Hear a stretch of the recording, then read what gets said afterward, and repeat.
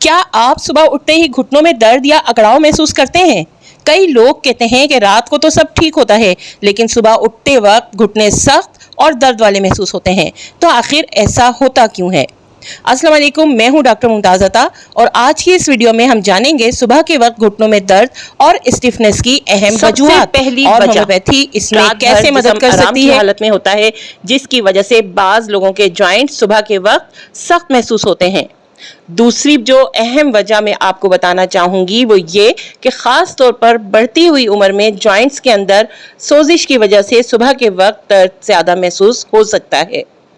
इसके बाद कैल्शियम और विटामिन डी की कमी, जब हड्डियां कमजोर होना शुरू होती हैं तो सुबह उठते वक्त जिस्म में हैवीनेस और जॉइंट्स में दर्द महसूस हो सकता है। इसी तरह जिस्मानी कमजोरी, वर्जिश की कमी या फिर ज्यादा वजन का होना, ये भी इस मसले को बढ़ा सकते हैं।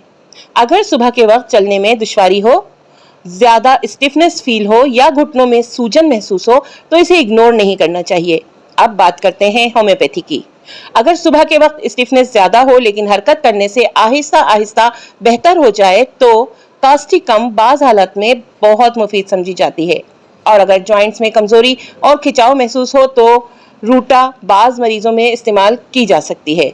इसी तरह अगर जॉइंट्स में दर्द के साथ साथ सूजन और सेंसिटिविटी और दर्द महसूस हो रहा हो तो एपिस मेलिफिकिया सबसे बेस्ट रेमेडी है जो बाज इलामात में मददगार समझी जाती है। लेकिन ये हमेशा याद रखें, होम्योपैथी में दवा हमेशा मरीज की मुकम्मल अलामात के मुताबिक मुंतखब की जाती है, इसलिए सेल्फ मेडिकेशन से बचिए।